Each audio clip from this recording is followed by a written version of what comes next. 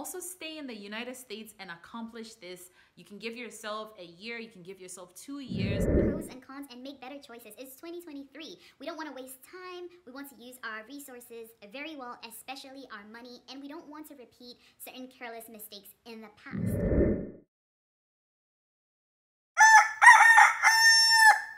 YouTube is so alive right now with so much information, and the power of technology is truly manifesting so well, as there is so much information that anyone at all can take from here and there, put two things together and make a decision. But I want you not to agree or disagree with me at the end of this video, because that is not the purpose. The vision of this channel, 20s and 30 somethings, is to definitely have a peer-to-peer conversation. We need to talk about certain things. We need to bring our ideas. You bring yours, I bring mine, and we can weigh the pros and cons and make better choices. It's 2023. So this video is to help you to make a more informed decision, coming from someone who's actually been on the ground, both in Ghana, living in America, and making sure that you don't waste your money, because I know how hard it is to make that dollar. Do not build in Ghana. Do not build in Ghana. Do not build in Ghana. Do not build in Ghana. How many times did I say that? 5 times. It's only a caution, and I'm sure if you've already started building in Ghana, you may disagree with me, but that's not the purpose of this video. The purpose of this video, as I've said in the beginning, is to have a conversation with you, is to tell you certain key facts as to why I think that you shouldn't build in Ghana. You can build eventually, but I just don't think you should build right now in Ghana. And this is, land is extremely expensive and almost impossible to come by. Now, I'll give you a little history about the capital of Accra and why land is pretty much non-existent. Ghana is a huge country. You can build anywhere you want, but I want us to take it step by step. So when independence was gained and Kwame Nkrumah's time, you know, they wanted to move the capital from Cape Coast to Accra for various reasons, which you can find a lot of videos on YouTube that talk about this. But basically, Accra became a very prime area. Accra became the capital, the place to be. And if you are in the United States, maybe like a place like Washington, D.C., where the government, you know, resides, where most of the decisions are taken. So like, this is the capital. Accra is the capital of Ghana. So over the years, a lot of people have actually moved to Accra to search for work. The locals have moved to Accra to search for work. The major international airport is in Accra. Everything is basically in Accra. So it only makes sense to get land in Accra so that you can be accessible to a lot of things. However, the pricing of land in Accra is anywhere between $200,000 US all the way to whatever, like lands are going for extremely exorbitant prices, even that are selling below the $200,000 US.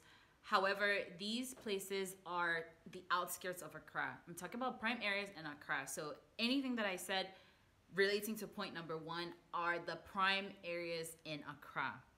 Point number 2, building is extremely expensive.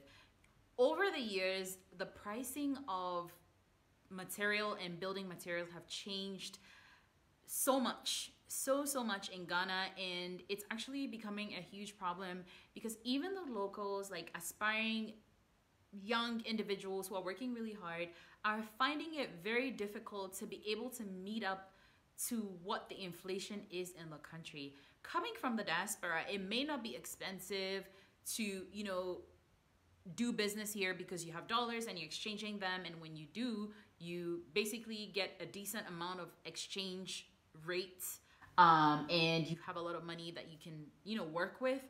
But I know that a lot of the diasporans coming here are making a decision. You want to be here, you want to see what's going on, and like I said, we don't want to repeat the mistakes of the past, because a lot of what people have done in the past is to continue to live in the United States, live in the diaspora, and send money down and have agents or have family or have basically people do the work for them. But guess what? In 2023, you're not want to be able to do that.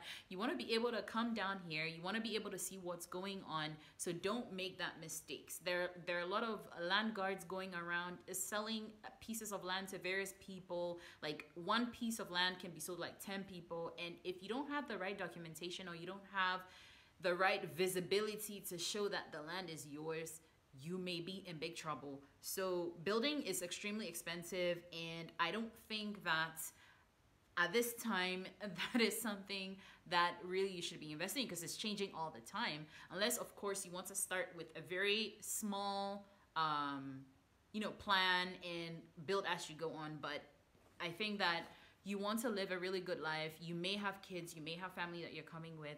So at this time, I think that building is expensive.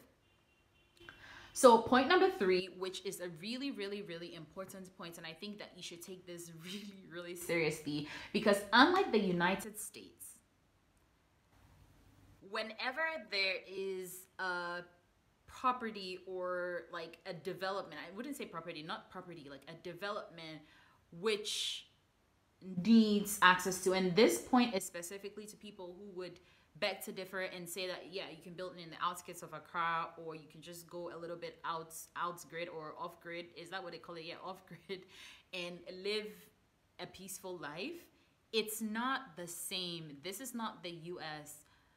Ghana is not structured in a way whereby power supply, water supply, internet supply, and now even satellite for television or dish network, DSTV, it's not something that is easily accessible in a lot of these new developments or new areas. So you don't want to move outside of Accra and then having to struggle with, having water supply on a consistent basis, maybe power supply, or even paying to have these things become available where you live as the first person. It costs a lot of money, and I don't think you're ready for that right now. And this is a tip to, policymakers in Ghana. This is a perfect opportunity. When I used to live in the United Arab Emirates, I saw that, they built according to plan. They built according to when they were ready. So there are laws in the country whereby there is, like, when a development is ready, certain basic necessities have to be there before anyone has the permit to build there.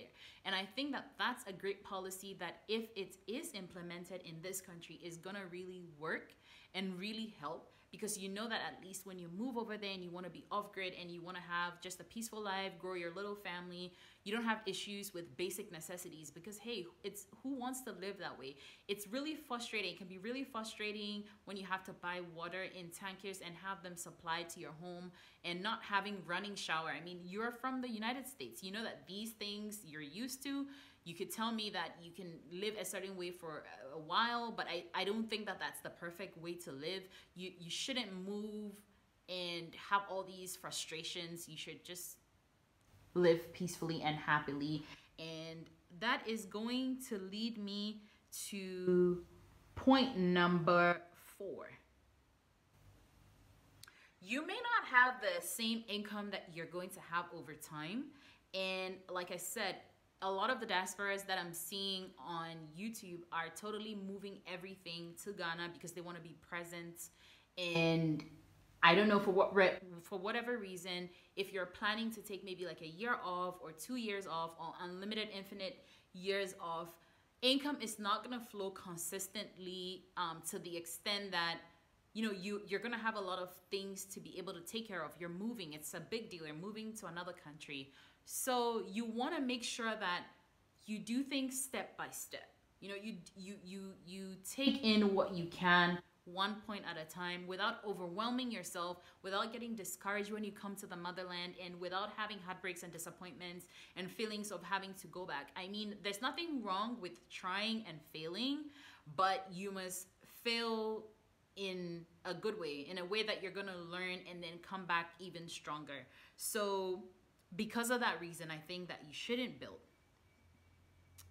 Yeah, and also the last point before I go over to the next set of topic is that life is not gonna be the same as you know it in America. I wouldn't say like a privileged life, but in a developed country where there are structures and systems in place that actually work, it is not like this in Ghana. So you shouldn't set your expectations really high and be disappointed. You should be ready to meet whatever it is. And again, I don't want that to overwhelm you as a diasporan coming here, because it is possible. You can come here and live a better life, and I don't want you to be discouraged and go back. And also, the most important thing, I think that a lot of 20s and 30 somethings, you know, parents have a lot of fear for you coming back, or going back to the motherland and starting your life there, you know, starting a business. Don't be overwhelmed with certain basic things. Like back in America, you don't have to have a house to be able to be successful. You start from step to step, and it is possible to do that in the motherland. So my next set of topics, and I know that there's a lot of videos where, you know, African Americans are choosing to live off-grid. There are villages that are being set up. I believe that government have subsidized to make sure that to honor the year of return, you know, they're welcoming these people. It's not free. You still have to buy the land, but it's, you know, far away. It may be in another region. It may be outside of Accra. But because in Ghana, Accra is the center of most things, and you would see this with a lot of the locals, even when you drive a little bit past, you know, the main cities, going to the outskirts to enjoy nature, you'd see that a lot of things are very underdeveloped. It's basically like black and white. You move from Accra and you go, and the roads are not that great. You can see that there's extreme poverty, and not to say that the people that are living there are not happy, but you can see that certain basic structures, as I've spoken about, are not available. So it makes living off-grid really difficult. You're gonna need a car. You're gonna have to schedule one way or the other to come to Accra once a week, or even maybe 4 times a month, which is like once a week, to do certain things, maybe like troubleshoot something wrong with your, I don't know, banking or something like that. So off-grid, I mean, depending on I don't know if you're coming here to retire, but if you're coming here to do a lot of business and basically thrive, you don't want to be so far away from the city, at least for right now. It may change in the future. Roads may be developed. People may find things, better ways of doing things, but it's just another load of issues when you live so far away from the city, just because everything is centered around Accra. So that's my other point. And certainly, I can't say all these things without having a solution for you. I am for practicality. I'm for building, but enjoying now as well, staying in the present. So here are a few solutions to how you can go about your transition to Ghana without building. Number 1, you can rent. Rent to the American is gonna be very, very, very affordable, because in Ghana, they have a system whereby you pay rent in a year, or you can pay rent for the next 2 years if you want a good deal. And it ranges anywhere between $2,000 to $5,000 or up for these 2 years, depending on where you want to live. Some rentals are priced in dollars. I mean, let's say, for example, $300 every month or $500 every month, and you can pay this. Because if you've decided that you want to move back to the motherland, you may have made plans and you want to be here, so you may have had money saved up, and this is a really good way for you to have a chance to assess what's on the ground for yourself. It's a really good way. Sometimes it's really difficult to find a place because we don't have like an official website, or websites that are updated more frequently. You may find a website that is advertising something today, and then tomorrow or in 3 days time when you call the agent, they may not be available. But it is indeed possible, and you can find really great places to live where there's like internet availability, constantly flowing water supply, and also just make sure that your basic needs are taken care of. So I think that you can do this through renting. And then number 2 solution that I can give is also exploring tiny homes. It is certainly important to make sure that before you build, you're able to make sure that you can complete it. And I see every time I drive around, I always see a lot of buildings, uncompleted buildings, a lot of empty buildings in Ghana. Everybody tends to build so much and it's just there. Sometimes some people are living outside and they're not ready to come back to live in there. They've secured their investment. But as African people, as African American people rising, as just diaspora rising, we must make better decisions and choices. We can't have assets sitting there and wasting. We must enjoy the fruit of our labor. So I am all for tiny homes, container homes, and you can explore a lot of that on YouTube. There's like so many channels that are advertising wonderful things. Just do your research. Make sure that what is being given to you is good. You may want to invest in this land in Accra, outside of Accra, so that in the future, you and your children or you and your family can enjoy it. But just make sure that you can build what you have right now. Like if you have $50,000, do your research and see what $50,000 can do for you, or save some of it in rent and see the terrain and move forward. And my last solution is really lovely. It is for anyone who is kind of like planning, wanting to have a goal, wanting to achieve something really amazing.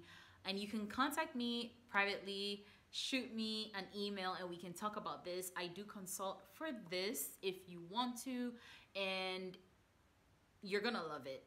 It's basically an amazing property where you can, pay in installments, move at a certain time, just giving you that roadmap and preparing you towards a good life when you come to Ghana. All the basic amenities have been taken care of. And if you really know, there is an issue in Ghana where there's a lot of power supply issues.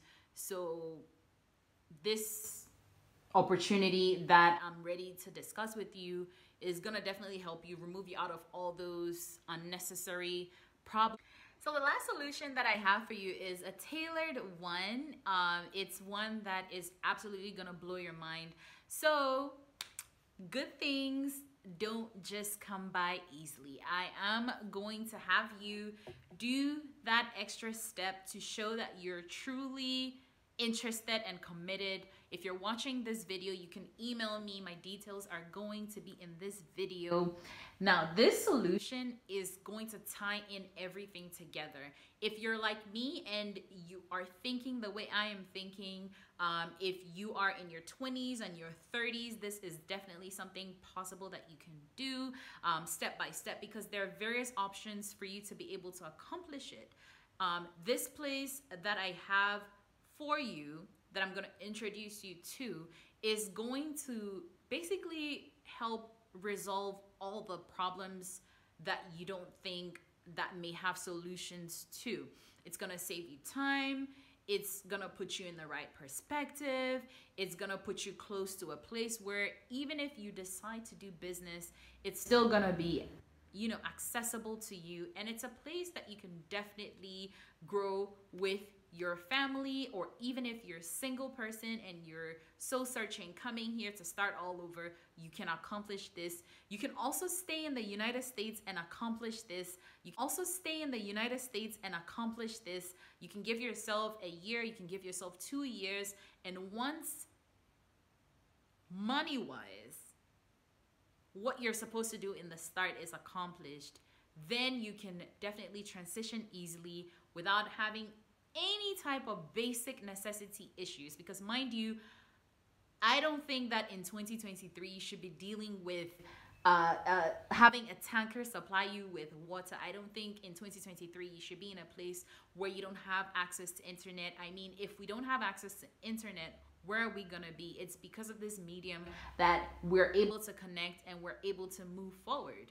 And it's also going to be a place that if you decide that you are a retiree and you're watching this video, it's going to give you a new sense of community. It's going to introduce you to basically amazing people that you can, spend time with. It's going to put you right close to where you have to do business with if you're a business person. But like I said, good things don't come easily. It's not to say that I don't want to say out there what it is for, but I want you to contact me because then I know that you are committed, you are serious, and you want to make a change in your life. So thank you so much for joining me on this video. Post your comments, tell me what you think, let me know, and always believe in that the best things are going to happen to you. Think positively. Amazing work, all diasporans already living in Ghana. And until our next video, take care of yourself and stay blessed.